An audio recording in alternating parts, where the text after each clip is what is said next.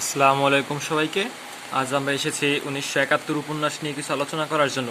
আমরা জানি উপন্যাসটা প্রায় 47 থেকে 48 পৃষ্ঠা, এত পড়ার ধৈর্য কারণ নাই। কিন্তু যদি আপনারা যদি ভিডিওটা একবার দেখেন, তারপর যদি উপন্যাসটা যদি শুধু একবার পড়েন, তাহলে আপনাদের মুখস্থ করার প্যারা থেকে সম্পূর্ণ মুক্ত হতে পারবেন। যেহেতু এখানে এমসিকিউ নেই, সেহেতু এটা ঘুরতে ঘুরতে কোনো পড়ার কোনো দরকার নেই, শুধু কিছু পয়েন্ট আছে সেগুলো পড়লেই আপনাদের হয়ে যাবে।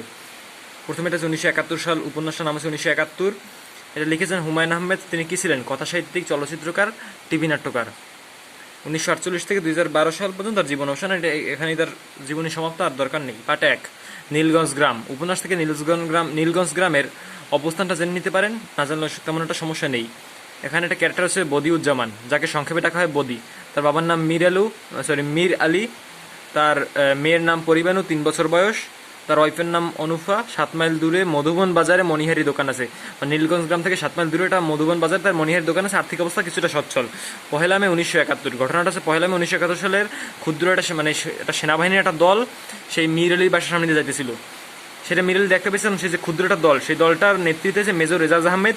তার গায়ের নাম হচ্ছে রেশব। পাকিস্তানের পেশোয়ারের গাটা অবস্থিত বা গ্রামটা অবস্থিত।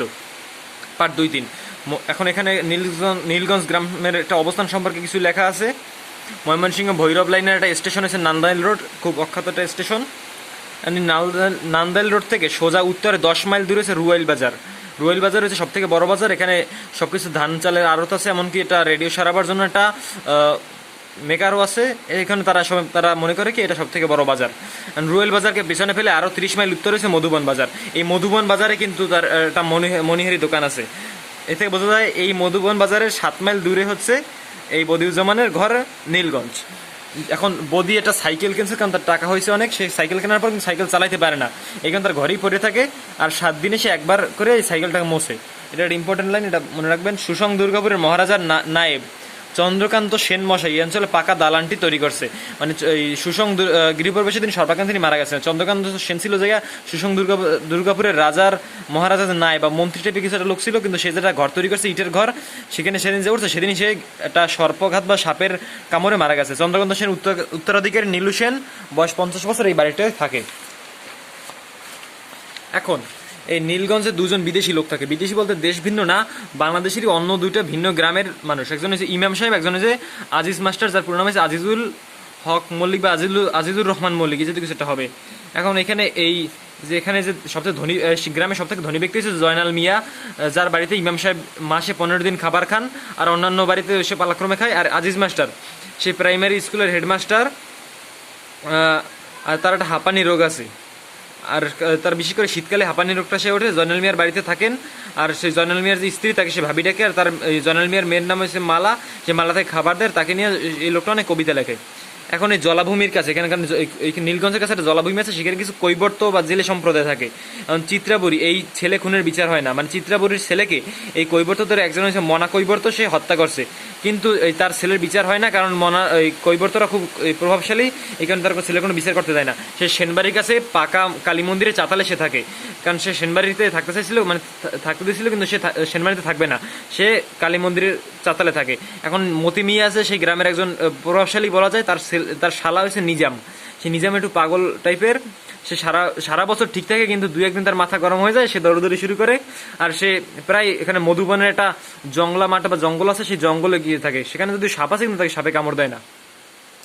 মিলিটারি এই যে প্রথম থাকছে, সে মসজিদের ইমাম, সে 3বার দোয়া ইউনুস পরে সে আজান দেবে। তো সেই আজান দেওয়ার আগে সে দ্বিতীয়বার সময় দোয়া ইউনুস পরে, সে সময় সে ওই মিলিটারিকে সে দেখতে পায়।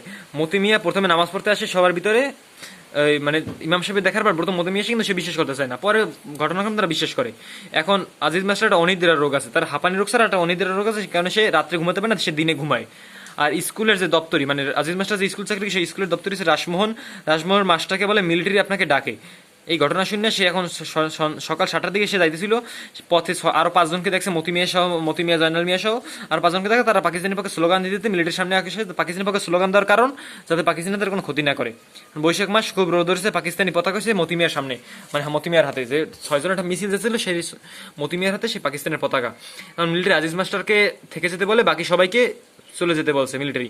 আর বদিকে মতি মিয়া বলে মিলিটারি ঢুকেছে, মানে বদিউজ্জামান সে তার মধুবন বাজারে তার দোকান যেতেছিল, এই সময় মতি মিয়া তাকে জানায় যে ঘরের এলাকায় মিলিটারি ঢুকছে। বদি বলে চার কলমা আছে পারে কিনা সে জিজ্ঞেস করে, কিন্তু কেউই জানে না, মতি মিয়া সব কেউই চার কলমা পারে না, এই কারণে তাদের মনে একটা ভয় ঢুকে, আর সুন্নত না হলে সে গুলি করবে, এই সম্পর্কে বদি তাদের একটা তথ্য দেয়। এখন সেখানে 6 নাম্বার পার্ট 6তে আমরা কি পাবো, রোগা নীল শার্ট পরাটা লোক, নাম হয়েছে রফিক। মানে আজিজ মাস্টার যে সময় যায় ওই পাকিস্তানিদের কাছে, তখন যে সেই রফিক নামে একটা লোক আছে নীল শার্ট পরা, সে আজিজকে ডাক দেয় এবং মেজর এজাজকে সালাম দিতে বলে। আজিজের এখানে পুরো নাম আছে আজিজুর রহমান মল্লিক, আজিজুল হক মল্লিক না। এজাজ ও আজিজকে গ্রাম সম্পর্কে জিজ্ঞেস করে, ও বিড়ি খাইতেছিল, কারণ মেজর এজাজ সে অনেক একটা সিগমা টাইপের লোক, সে সেখানে সিগারেট ধরাইছে এবং আজিজকে বিভিন্ন প্রশ্ন করতেছিল, কিন্তু সে প্রশ্ন করতে চাইছিল যে কার বাসায় ট্রানজিস্টার আছে, কার অর্থ সম্পদ আছে, জানার একমাত্র উদ্দেশ্য মানে কার সামর্থ্য আছে মুক্তিবাহিনীকে সাহায্য করার। কিছু দূর যাওয়ার পর আবার কিছু দূর মানে জিজ্ঞাসাবাদের পর কফি সাহায্যে কফি খাওয়ার পর তারপর তাকে ফেরত পাঠানো, কিন্তু ফেরত পাঠানোর পর কিছু দূর পর মেজর আবার আজিজকে ডাক দিয়েছে, তার মাস্টারকে কবিতা শুনতে বলে, তারপর সে মালাকে বিয়ে করবে কিনা এটা জিজ্ঞেস করে, তারপর মালাকে তার সাথে বিয়ে দেবে বলে এজাজ তাকে কথা দিয়েছে। কথা দেওয়ার পর ইমাম সাহেব কাছে এসে তার অবস্থা দেখে প্রস্রাব করে দিয়েছে নিজের অজান্তে, মানে ইমাম সাহেবের কাছে আসছে, ইমাম সাহেবকে পাকিস্তানের বেদম মারার পর তাকে অসুস্থ অবস্থায় ফেলাই রাখছে, সেটা দেখে আজিজুর প্রস্রাব করে দিয়েছে। এখন পার্ট 7, মিরালি কেউ, সে বৃদ্ধ, 70 বছর যে বৃদ্ধ, কাজ হচ্ছে পরিমাণকে কোলে নিয়ে বারান্দায় বসে থাকা। পরিমাণও যে বয়স 3 বছর, বদির মেয়ে, সে দাদাকে অনেক ভালোবাসে। বদি চা ও গুড় এনেছে বাবার জন্য, বিয়ের কথা পাকা। এখন এইখানে কিছু ইতিহাস আছে বদির বিয়ের ইতিহাস, মানে বিয়ের কথা পাকা হওয়ার পর বিয়ে ভেঙে যাওয়ার মতো হয়ে গেছে, কারণ মেয়ের মা মারা গেছে, আর বদির বিয়ের পর সংসার উন্নতি হয়েছে। এখন কি বাধা আসছিল, বিয়ে ভেঙে যাওয়ার কারণে ঝড় হয়েছিল, ঘরের চালটা উড়ে গেছিল, এই বিভিন্ন বাধা আসছিল, কিন্তু বিয়ে হওয়ার পর তাদের অবস্থা সচ্ছল হয়ে যায়। এই কারণে যে আমাদের যে ওই মিরালি, সে অনুপাকে অনেক ভাগ্যবতী মনে করে। এখন হঠাৎ করে এক ঝাঁক গুলি শব্দ হয়েছে, গুলি শব্দ জয়নাল মিয়ার সাথে অন্যরা দৌড়ে পালাই গেছে, তখন পাগলা নিজাম তা দেখে হাসছে, মানে পাগলের যা কাজ আর কি।